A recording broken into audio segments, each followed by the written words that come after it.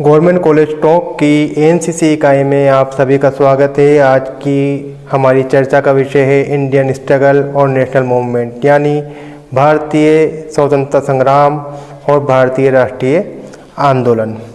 जैसा कि आप सभी जानते हैं 1757 में प्लासी का युद्ध हुआ था। अंग्रेज़ों ने हिंदुस्तान पर कब्ज़ा किया। अंग्रेज़ क्या कहें, ईस्ट इंडिया कंपनी ने हिंदुस्तान पर कब्ज़ा किया और राजनीतिक में भी उसने अपना हस्तक्षेप जारी रखा।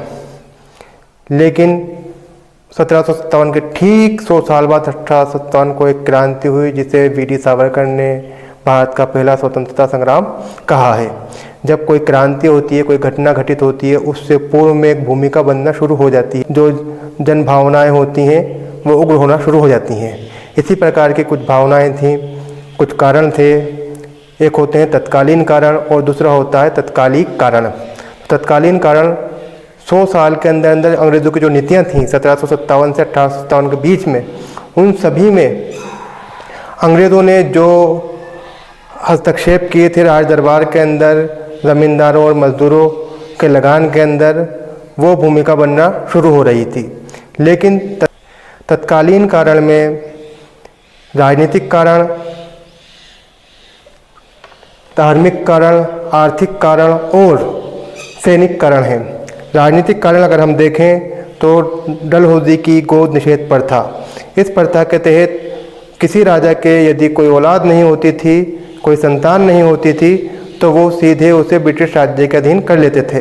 डलहौजी ने इस प्रथा के तहत, गोद निषेध प्रथा के तहत, जैतपुर, संबलपुर, झांसी, नागपुर आदि राज्यों को ब्रिटिश साम्राज्य में मिला लिया था।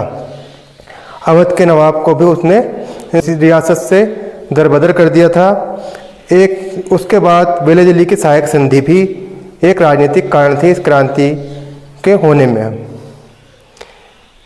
प्रशासनिक कारण भी थे कुछ, जिसमें ज़मींदारों और किसानों निधन हो चुके थे, इतनी लगान व्यवस्था बढ़ चुकी थी। कुछ धार्मिक कारण भी थे, जैसे 1833 का चार्टर अधिनियम, धार्मिक निर्योग्यता अधिनियम 1856। इसके तहत यदि कोई व्यक्ति ईसाई बनता है तो उसको नौकरी दी जाएगी और उसकी जो संपत्ति थी उसकी वो मूल संपत्ति मानी जायरक संपत्ति मानी जाएगी। आर्थिक कारण, जिसमें ज़मींदारों और किसानों का उत्पीड़न किया गया।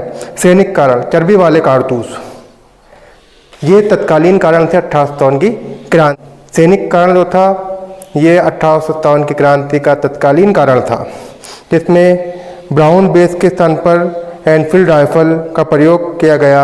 इस एनफील्ड राइफल के कारतूसों में गाय व सूअर की चर्बी का प्रयोग किया जाता था, जिससे कि हिंदू जो सैनिक थे वो गाय की चर्बी का प्रयोग नहीं करते थे और मुसलमान सूअर की चर्बी का प्रयोग करना हराम समझते थे, जिससे कि उनका भी धर्म भ्रष्ट हो जाता था। 1857 की क्रांति की जो भूमिका थी, 1857 की क्रांति की जो नींव थी वो लंदन में रखी गई थी। अज़ीमुल्लाह खां और राणोजी बापू के ने इसकी नींव रखी थी।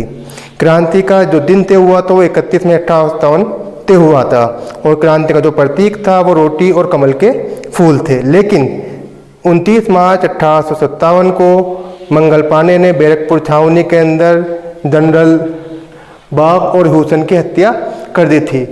इस हत्या के बाद मंगल पांडे को फांसी पर लटका दिया गया। ठीक इसके कुछ दिनों बाद 10 मई 1857 को मेरठ से क्रांति का प्रारंभ हुआ और ये क्रांति पूरे हिंदुस्तान में फैल गई। क्रांति फैलने में क्रांति का ज़्यादातर जो प्रभाव रहा वो दिल्ली, झांसी, बिहार, कानपुर और फैजाबाद में रहा। बहादुर शाह जफर ने दिल्ली के अंदर बगावत की। ये बहादुर शाह जफर वही हैं जिन्हें हम मुग़ल सल्तनत का आखिरी बादशाह कहते हैं। ये बागियों के खिलाफ, अंग्रेज़ों के खिलाफ इस वजह से थे कि इनसे कह दिया गया था कि आपकी मृत्यु के बाद आपके जो बेटे हैं उनको लाल किला खाली करना पड़ेगा और कुतुब मीनार के नज़दीक जाकर के रहना पड़ेगा। झांसी की रानी लक्ष्मीबाई, इन्होंने भी बगावत की थी। इनके पति की मृत्यु के बाद जो दत्तक पुत्र थे अंग्रेज़ों ने उसको इनका उत्तराधिकारी नहीं माना।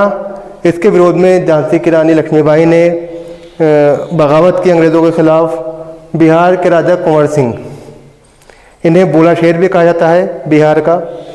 कानपुर के नाना साहब ने तात्या टोपे के साथ मिलकर के अंग्रेज़ों के ख़िलाफ़ बगावत का बिगुल बजाया और उनके ख़िलाफ़ क्रांति की और मुल्क को आज़ाद कराने की, देश को आज़ाद कराने की कोशिश की। बाद में नाना साहब नेपाल चले गए और उन्होंने कहा कि जब तक मेरे रगों में खून दौड़ता रहेगा तब तक मैं अंग्रेज़ों के ख़िलाफ़ जंग करता रहूँगा। फैज़ाबाद में मौलवी मोहम्मदुल्लाह खां थे। इनके ऊपर अंग्रेज़ों ने 50,000 का इनाम रखा था और रुहेलखंड की बॉर्डर पर इनको गोली मार दी गई थी और ये शहीद हो गए थे। इसके अलावा राजस्थान के अंदर भी 1857 की क्रांति का बिगुल बजा। कोटा, अहुआ के ठाकुर, कुशाल सिंह, एरनपुरा छावनी, इसके अलावा देवली और नसीराबाद की छावनी में भी अंग्रेज़ों के ख़िलाफ़ इस स्वतंत्रता संग्राम में राजाओं ने और क्रांतिकारियों ने, प्रजा ने भाग लिया। इस क्रांति का प्रभाव क्या पड़ा? इस क्रांति का प्रभाव पड़ा कि ईस्ट इंडिया कंपनी से शासन सीधे महारानी विक्टोरिया के पास चला गया और राजाओं को ये आश्वासन दिया गया कि हम आपके राजनीतिक और सांस्कृतिक जो भी गतिविधियां हैं उनमें हस्तक्षेप नहीं करेंगे।